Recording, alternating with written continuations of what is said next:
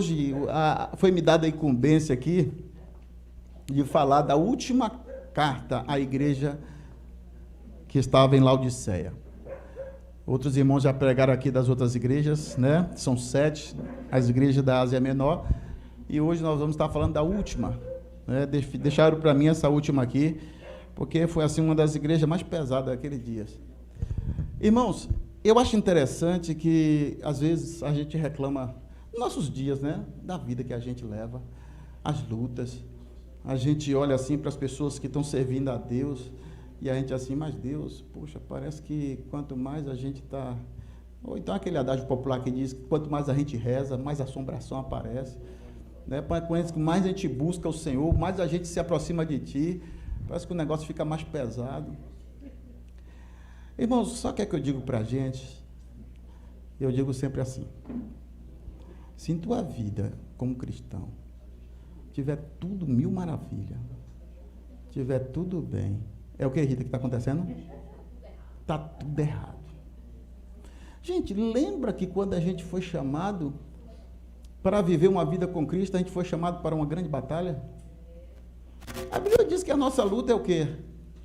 Não é contra a carne, mas é contra quem? Os principados, as potestades. Irmãos, você está achando que a gente está aqui na terra como cristão, como servo de Deus, vivendo, sacudindo a camisa, está tudo bem? Pode ter certeza que o diabo está o tempo todo orquestrando alguma coisa contra você, contra seu filho, contra sua família, contra a sua casa. Mas aí vem um versículo na Bíblia que diz assim, que nós não somos vencedores. Nós, desliga o outro ali, eu acho. Nós não somos vencedores. Não é verdade? A Bíblia não diz isso? O que é que a Bíblia diz para a gente? Que nós somos mais do que vencedores, mas por nós? Mas por quê? Por causa de quem? Que nos amou primeiro. Então, se tu está passando luta, está passando dificuldade, é uma coisa dali, um aperto daqui, meu irmão, pode ter certeza que tu está no caminho certo. Quando tiver tudo bem, reveja seus conceitos e diga, será que eu estou realmente servindo a Deus? Mas quando vir as porradas por aí, pode dizer assim, Deus, muito obrigado. Eu sei que alguém está guerreando comigo, eu preciso guerrear contra alguém. E eu fico feliz, irmãos, quando eu vejo esse pequeno embrião de Deus nesse lugar se preocupando em orar, determinar um dia para se orar, pelas famílias, pelas pessoas, pelo seu pastor, pelas lutas que estão passando. Quando a gente se preocupa em colocar o nosso joelho, se dobrar diante de Deus, é porque nós temos compromisso com Deus. Amém? Então, quando tiver as lutas, quando a assombração estiver aparecendo, pode ter certeza, repreenda em nome de Jesus, porque uma vai e a outra vem, só se mantenha firme. Amém? Eu convido os irmãos que abram suas Bíblias aí no livro de Apocalipse, os irmãos já sabem, alguém já pregou aqui. Gente, a mensagem hoje não é uma mensagem encomendada. Não é não, mas é porrada pura. Sabe, essa igreja aqui foi uma igreja que Jesus só desceu a madeira nela. As outras também, né? Mas essa última aqui, Jesus, então, estava falando para a igreja. Igreja não é esse templo, igreja somos nós. Então, Deus vai estar falando para mim, para você. Está ouvindo, Marcelão? Para Marcelão, para Fernando, para Jeremias, para mim também, para Rita. Então, Deus vai estar falando de uma forma especial para cada um de nós. Né? Depois, na saída, ele não me pegue, por favor, me proteja aí, Marcelão. Brincadeira, irmãos. Apocalipse 3, a partir do 14, nós vamos ler até o 22. Todos abriram aí? Apocalipse, eu ia dizer que Apocalipse fica antes de Apocalipse, mas não é Apocalipse mesmo, fica depois de Gênesis. Só é procurar que vai estar depois de Gênesis, agora é o último. Os irmãos acharam? É o ômega. Isso. Então vamos ler. A palavra de Deus diz assim, primeiro a carta à igreja de Laodiceia, não é a carta a Laodiceia, mas é a carta que Deus, Jesus, escreve para a igreja que estava em Laodiceia. E diz assim, ao anjo da igreja em Laodiceia escreve, estas coisas diz o Amém, testemunha fiel e verdadeira, o princípio da criação de Deus. Aí o 15 ele diz, conheça as tuas obras, nem é frio e nem é quente. Quem dera que fosse frio ou quente. Assim, porque és morno, nem és quente, nem és frio, estou a ponto de vomitar-te na minha boca. Pois dizes, estou rico, abastado, e não preciso de coisa alguma. E nem sabes que tu és infeliz, miserável, pobre, cego e nu. Aconselho-te que de mim compres ouro fino pelo fogo para te enriqueceres, vestiduras brancas para te vestires, a fim de que não seja manifesta a vergonha da tua nudez. E colírio para ungir os teus olhos, a fim de que vejas. Eu repreendo e disciplino quantos o amam. Sê, pois, zeloso, arrepende, e eis que estou à porta e bato.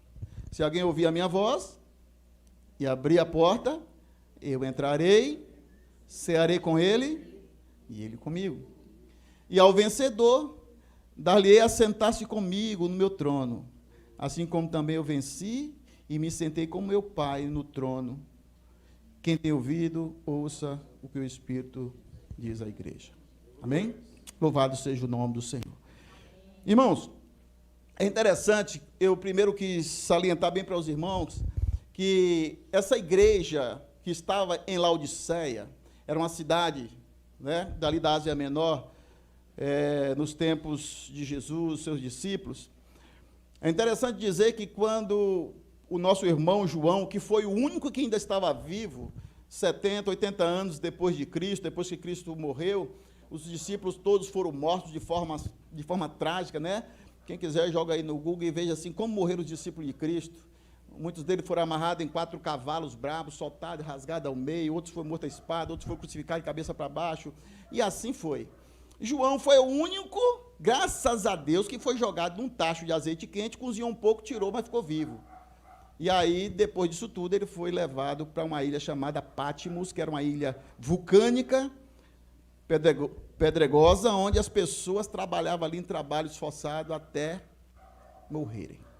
É óbvio que quando João, o Espírito Santo de Deus desce, né, trazendo a mensagem de Cristo para João, João estava preso em Patmos, ali jogado, esperando, né, trabalhar ali, muitos dizem, né, quebrando pedra para o império, mandando, né, para o império os mármores que ali tinha, e João trabalhava ali, e Deus usa ele, Jesus traz uma visão para ele, onde manda que ele escreva essas 7 cartas, essas 7 igrejas que estavam ali na Ásia. Aí os irmãos perguntam assim, por que só tinha 7 igrejas naqueles tempos? Só tinha essas 7 igrejas? Irmãos, Deus é estratégico. É óbvio que existiam muitas outras igrejas. Existia igreja em Colossos, era uma cidade, existia igreja em outras cidades, como Corintos, existem outras cidades, como Roma. Então, a igreja estava espalhada para todos os lugares. Mas por que Deus manda que João escreva essas 7 cartas, essas 7 igrejas? É muito simples explicar isso, irmãos. Essas 7 igrejas, ela ficava em lugares estratégicos, onde está a Turquia, né?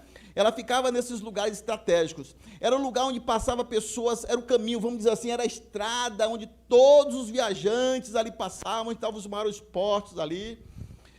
E, por isso, aquelas cidades eram cidades que sempre estavam em evidência naqueles dias. Mas quando o Jesus manda que escreva aquelas igrejas, é porque, assim, se Jesus fosse escrever para todas as igrejas, para escrever o Apocalipse aqui, ia ficar muito pequeno o livro. Então, Jesus escreve essas 7, dá o recado para elas, para que, em 2022, a minha igreja esteja lendo isso, para eles entenderem com o que a minha igreja passou, está passando, vai passar, e como ela vai estar em 2022. É simplesmente isso. Por isso que Deus adverte, escreve essas cartas, essas igrejas. Queridos, é interessante pensar que Jesus era fenomenal. Ele ia falar de algo para os pescadores, ele falava coisa de pesca, ele ia falar de rede, ele ia falar de peixe, ele ia falar de barco. Jesus sentava. Quando Jesus queria falar aos agricultores, ele falava em colheita, ele ia falar para as pessoas que plantavam, ele falava para os agricultores, ele queria falar para as pessoas que cuidavam do óleo, de azeitonas, ele sentava debaixo de uma azeitona, de um pé de azeitona, começava a falar daquilo, porque as pessoas sabiam do contexto. E Jesus, ele sabe? Sempre estava falando sobre essas coisas. E aqui nesse contexto, vocês vão ver em alguns momentos Jesus usando aquele momento, aquele tempo, para falar a essa igreja específica. Agora eu quero salientar os irmãos em dizer que Jesus, quando ele falou para essas 7 igrejas, irmãos, não pense que foi só essas 7 igrejas que estavam passando por perrengue, períodos problemáticos naqueles dias, não. Se a gente for ver a igreja de Corinto, estava passando, Roma, escreve aquelas cartas também, os irmãos em Colossenses, em Tessalonicenses, na cidade de Tessalônica, Deus sempre estava usando alguém para escrever essas cartas, mas Deus usa João para escrever essas 7 aqui, justamente porque essas igrejas estavam passando alguns problemas. Vocês que já ouviram as outras mensagens aqui, a gente vai entender que a igreja de Éfeso, Deus faz um elogio àquela igreja que estava na cidade de Éfeso, que estava ali perto ali as cidades ali da Ásia Menor, e aí Deus, fala o que aquela igreja estava precisando melhorar, estava falando das suas fortalezas, do que eles tinham de bom. Olha o que ele diz para a igreja de Éfeso. A carta de Cristo que está em Éfeso elogia a congregação por suas obras, trabalho árduo, perseverança, por sua rejeição aos falsos apóstolos. Apesar do seu trabalho árduo, integridade, doutrinário, Cristo culpa a comunidade por ter abandonado o seu primeiro. Irmãos, é interessante que Jesus fala mal dessas igrejas, dá uma advertência nela, mas ele está falando para alguém que pertence a ele. Essas igrejas eram dele, fazia parte dele. Ele disse que aquelas igrejas tinham isso, aquilo aqui, mas tinha alguma coisa que precisava ser melhorada. A igreja de Esmirna, que era uma outra cidade, ele elogia a comunidade por sua pobreza material, mas riqueza espiritual, né? A igreja de Pérgamo, que era uma outra cidade, também existia um confronto terrível entre os cristãos e os pagãos, e aquela igreja resistia a tudo isso, mantinha sua fé cristã, e Jesus demonstra que aqueles que persistiam em adoração contra os deuses pagãos, Deus iria também cuidar deles. Aí vem uma igreja chamada Filadélfia, que é a igreja que todo mundo quer se parecer, amém? Você sabe por quê, né? A igreja de Filadélfia foi onde Deus não achou nenhum erro, nenhum problema. Ele diz assim: Cristo elogia os filadelfianos por permanecerem fiéis em face à provação, apesar da sua força limitada. Jesus não reprova esta congregação, mas condena os seus perseguidores, ao contrário. Ela estava sendo perseguida, mas elas se mantinham firmes. É tanto que todo cristão quer se comparar à igreja que estava em Filadélfia. Tinha uma igreja também numa cidade chamada Tiatira, e Jesus elogia a igreja por ter crescido na fé e no serviço. Eles tinham fé, trabalhavam muito. A queda da igreja foi sua devoção a um falso profeta que levou alguns membros a cometer idolatria e imoralidade. Eles deixaram que alguém chegasse de fora, entrasse na igreja como, um pastor, um profeta, e aquele homem conseguiu minar a mente, minar a fé daqueles irmãos, e eles permitiram isso, e Deus o condena e diz: vocês não colocaram esses caras para fora, vocês não tiraram esses, permaneceram ali, ficaram ali, e vocês não repudiaram, por isso eu condeno vocês. Aí tinha uma outra igreja em Sardes, que era outra cidade. Jesus condena a igreja por manter sua aparência externa, de estar viva, né? Porém, embora na verdade ela estivesse espiritualmente morta, no 3:1 ele vai falar sobre isso. Aquela igreja parecia viva, era só uma capa, mas estava morta espiritualmente, estava podre espiritualmente. Enfim, nós vamos entrar na igreja que de fato eu vou falar hoje, que é a igreja de Laodiceia. Irmãos, essa igreja de Laodiceia, Jesus, como os irmãos viram aqui, ele manda essa carta, ele começa dizendo assim: ao anjo da igreja que está em Laodiceia, escreve, o pastor que estava ali, essas coisas diz o amém, testemunha fiel e verdadeira, o princípio da criação. Aí Jesus começa dizendo assim: eu conheço as tuas obras, eu sei o que vocês fazem. Quando Jesus estava dizendo isso, Jesus estava querendo dizer assim: eu ando no meio de vocês, eu vejo tudo que vocês fazem, eu contemplo o que vocês estão fazendo. Aí ele diz assim: eu conheço as tuas obras, nem frio nem quente, né? Nem frio e nem quente. Que dera que fosse frio ou que fosse quente. E aí, irmãos, o que, quando eu falei no início que Jesus usa as metáforas, ou usa o contexto que as pessoas estão vivendo, como pescadores, agricultores e outras coisas, Jesus sabia o que acontecia naquela região, naquele lugar. Quando ele escreve essa carta a Laodiceia, Laodiceia estava situada num lugar chamado Vale do Lírio. Era um vale onde existiam algumas cidades, entre as principais estava ali Colossos, estava ali Laodiceia e uma outra que eu esqueci o nome dela agora, mas eram as 3 principais cidades daquele lugar. Gente, a palavra Laodiceia, ela vem do povo que julga, o povo que julga, o povo que tem a justiça. E essa cidade foi dado o nome por Antíoco, 40 anos depois de Cristo, dado o nome por causa da sua mulher que chamava Liceia. Então, colocou-se o nome de Laodiceia. Era o nome da mulher de Antíoco, né? Era um dos imperadores daquela época. E foi dado esse nome, que era um outro nome que ela tinha. E aí, por ter esse nome desse homem, que era grande, de Antíoco, ele levou para aquela cidade, para aquela região, riquezas inumeráveis. Se nós continuarmos lendo aqui, a gente vai começar a entender por que Jesus estava falando dessa forma para aquelas igrejas, principalmente a igreja de Laodiceia. É interessante dizer que Laodiceia estava ali entre aquelas cidades onde existiam fontes termais, onde essas fontes as pessoas iam se banharem ali. Aquelas águas tinha muito calcário, tinha sal, e muitas das pessoas vinham ali para se curarem das suas enfermidades, e ali descia as águas quentes para ali. E vinha de outro lado também uma água fria para as outras cidades, né? Onde as pessoas se deliciavam, bebiam daquelas águas. Mas onde eu quero chegar com essa explicação? Porque Jesus disse: vocês não são frio e não são, mas vocês são mornos.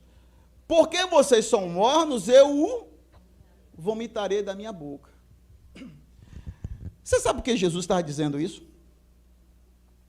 Jesus estava dizendo isso, meus irmãos, porque aquelas águas mornas que vinham nos arqueodutos para alimentar as cidades, além dela ser morna, ela era meia salobra.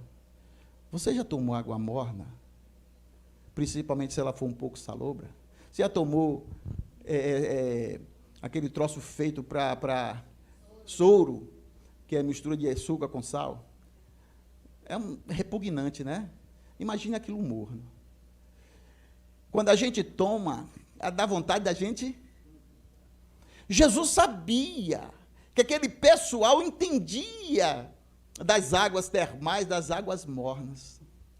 Jesus entendia que quando alguém bebia uma água morna que não era fria e nem quente, causava náuseas, causava vômito. E Jesus usa isso para que aquele povo entendesse: porque vocês não são frios nem quentes, são mornos, eu vomitarei da minha boca. Gente, por que Jesus estava dizendo isso para aquela igreja? Aquela igreja é uma igreja, aquela cidade, além de ser riquíssima, aquela igreja era uma das igrejas mais ricas da região. A moda era editada, a moda era dita, as pessoas se vestiam, pessoas usavam as coisas, vinha de 2 lugares, não era de Paris, não era de Milão, não é desses lugares, não. Vinha de Roma ou de Laodiceia. Era o centro do mundo daquela época. A gente vai entender isso aqui depois, porque eu estou falando isso. E a Bíblia diz, ou a história diz, que ali existia os maiores banqueiros daquela época. Porque foi trazido por Antíoco, porque tinha o nome da sua esposa e ele queria expandir aquilo ali e mostrar a opulência da sua cidade. E ali existia, irmãos, pessoas mais ricas daquele tempo, estava ali na cidade de Laodiceia.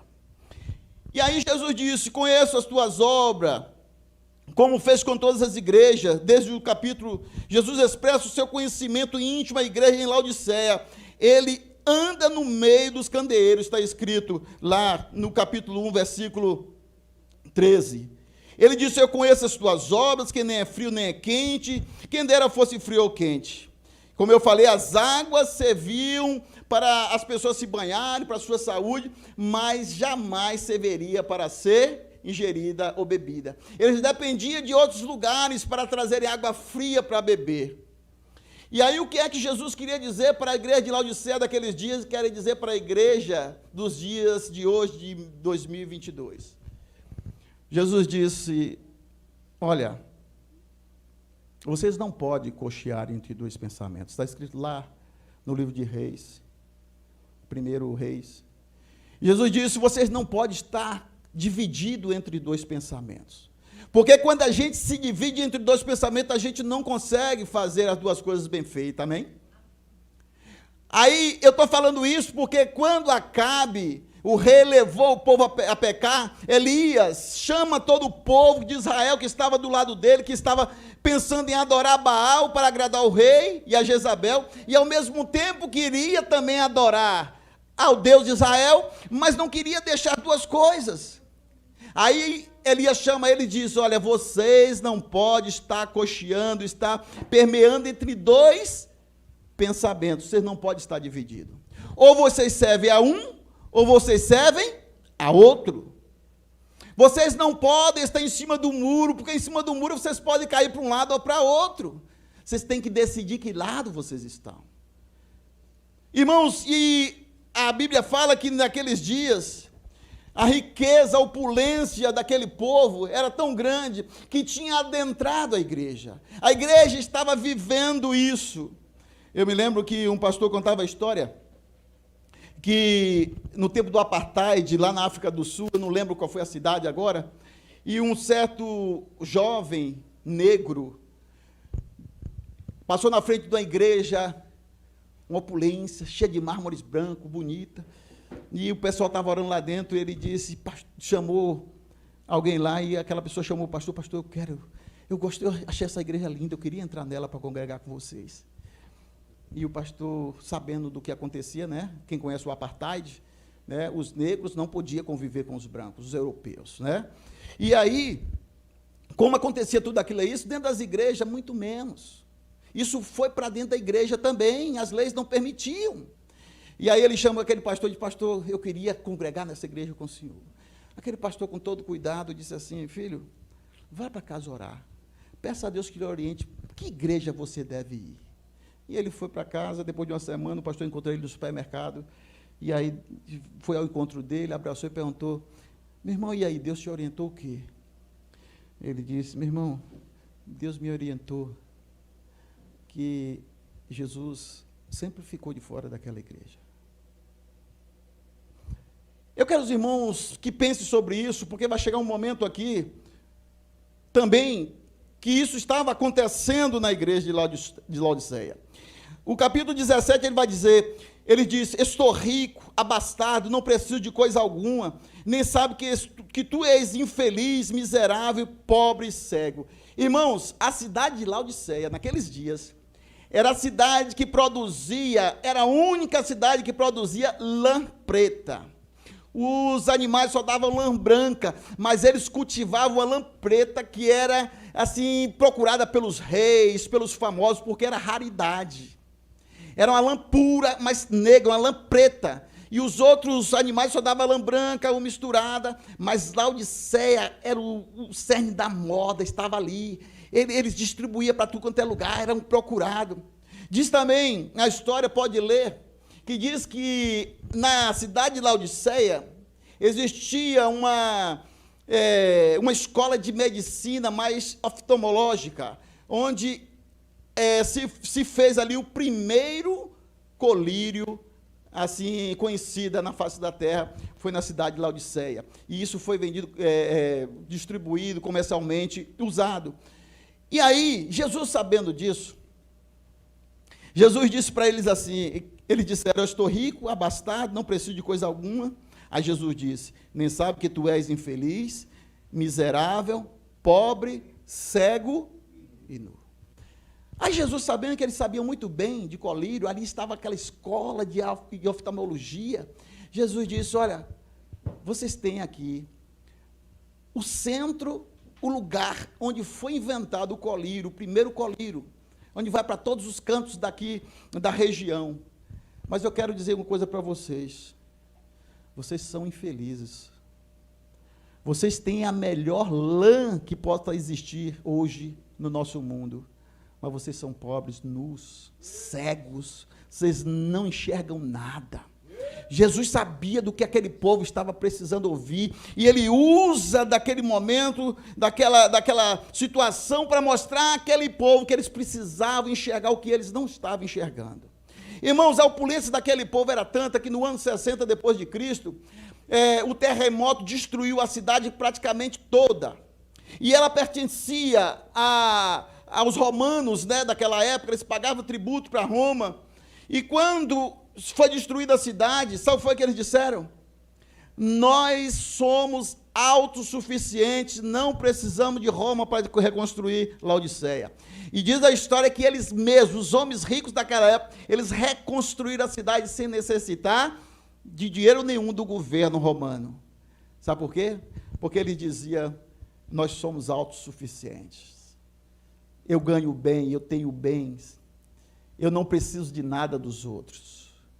E Jesus está, irmãos, nos levando a nós a compreender nesta noite que apesar do que temos, apesar dos conhecimentos que temos, se não colocarmos Jesus como o único suficiente salvador das nossas vidas, nós somos pobres, cegos e nus. Porque dele, para ele, por ele, são todas as coisas. Só hoje? Eternamente, e dá o amém. Aí Jesus disse assim para ele no 18, aconselho-te. Jesus não elegeu a igreja em Laodiceia, mas ofereceu um conselho para guiá-lo de volta à comunhão íntima com ele. Sugeriu 3 coisas necessárias. Ele disse, compre de mim ouro fino. Jesus sabia que aquelas pessoas não precisavam de nada. Eles tinham o suficiente para viver, para dar, jogar, emprestar e jogar fora. Mas Jesus convida ele que eles comprem de Jesus. E essa compra desse ouro, Jesus disse assim, não é o ouro que a traça corrói, que o ferrugem corrói, não é o ouro que o ladrão mina, mas é um ouro onde vocês vão encontrar a vida eterna. A Bíblia diz que está lá no céu. Nosso depósito é lá que nós depositamos as nossas vidas em Cristo. Apesar de ser ricos, irmãos, nunca foi pecado. Ter dinheiro nunca foi pecado. Viver uma vida boa nunca foi pecado. Pecado é você ter e não usufruir do que você tem. Aí se você tem e não usufrui, aí é pecado. Mas se você tem e se acha autossuficiente, que não precisa de Jesus, não precisa de Deus, Jesus está te convidando nessa hora a comprar ouro fino dele, buscar dele, comprar do Senhor vestiduras brancas. Jesus estava querendo dizer aquela igreja, aqui no capítulo 19, ele quer dizer para aquela igreja, olha, vocês têm a melhor lã que vocês podem produzir, as mais caras que vocês têm, mas eu quero convidar vocês que vocês comprem de mim vestes brancas.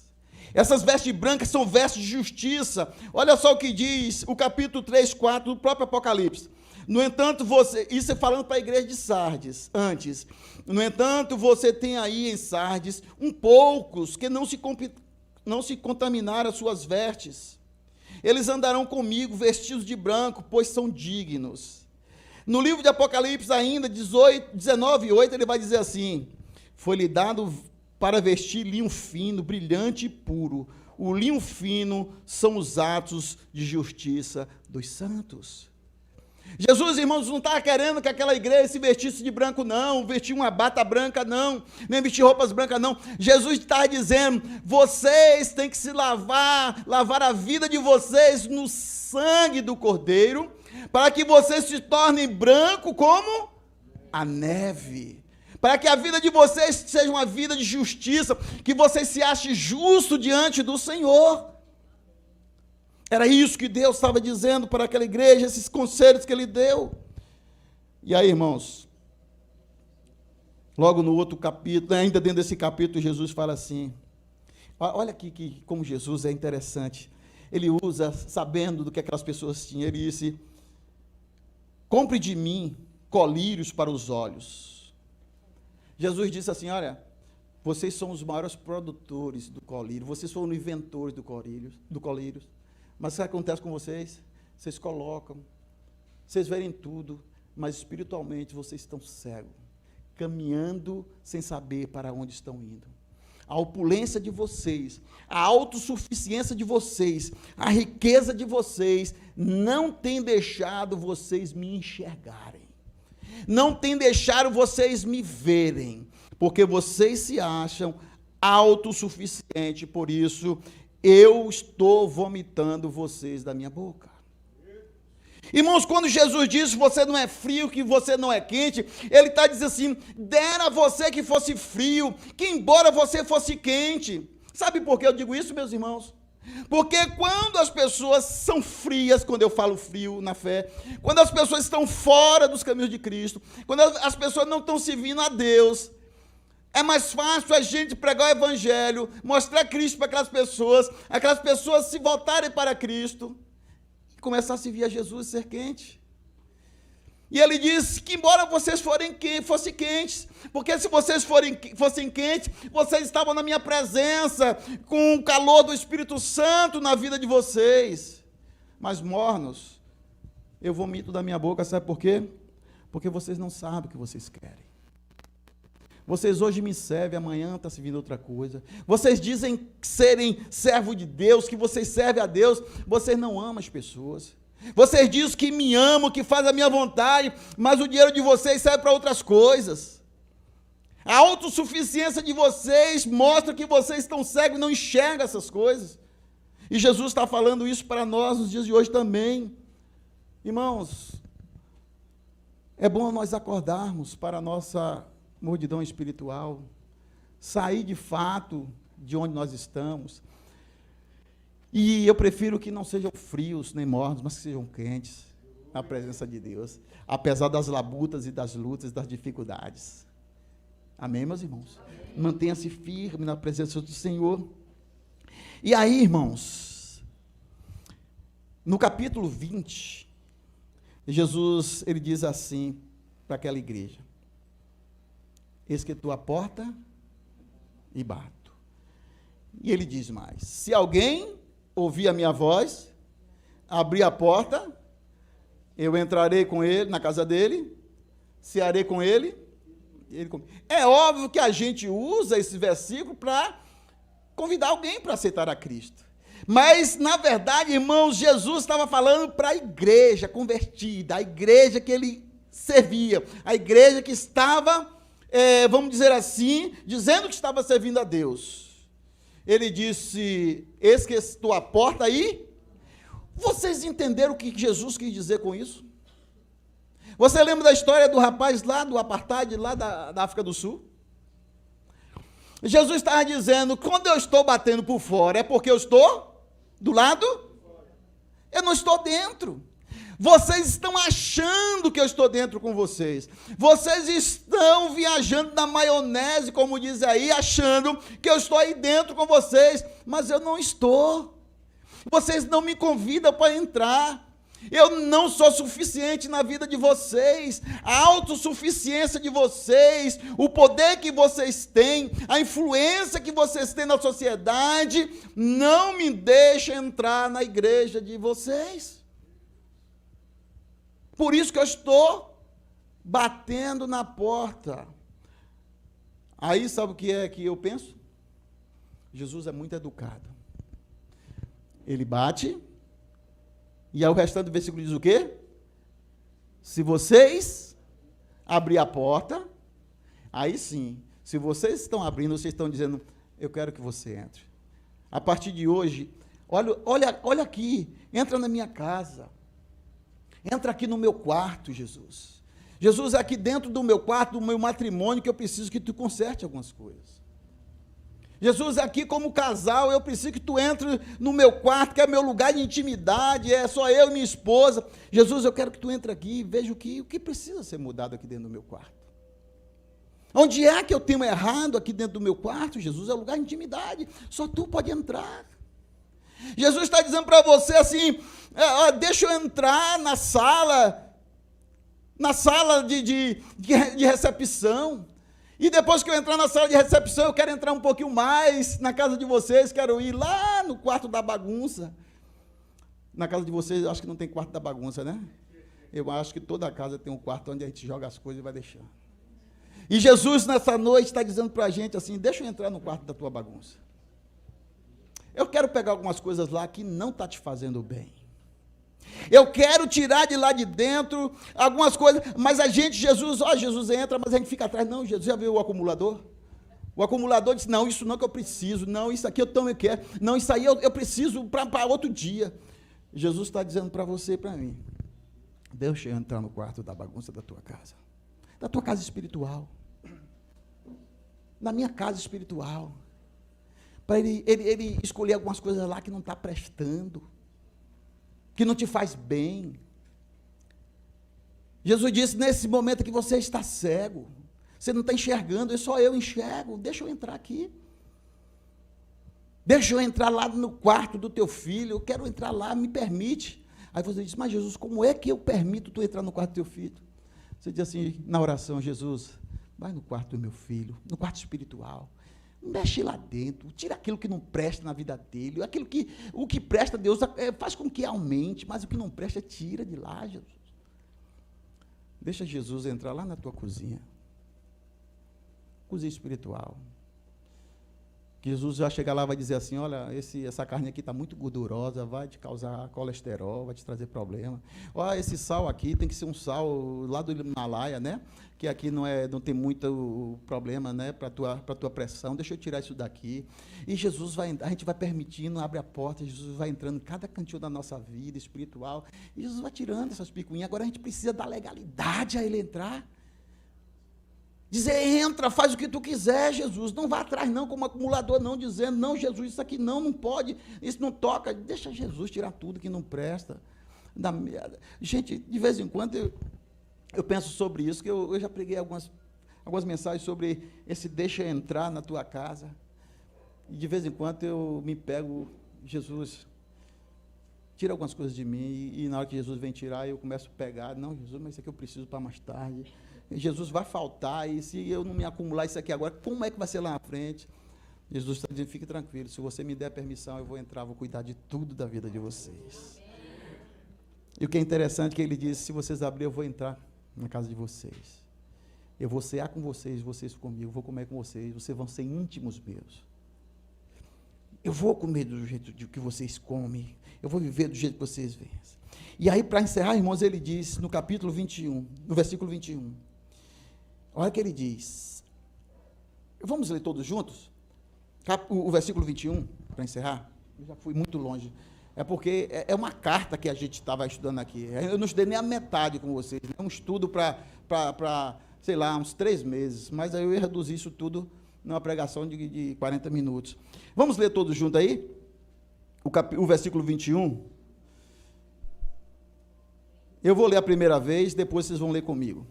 Diz assim, ao vencedor dar-lhe-ei sentar-se comigo no meu trono, assim como também eu venci e me sentei com meu Pai no meu trono. Vamos lá, todos juntos? Comigo no meu trono, assim como eu também venci.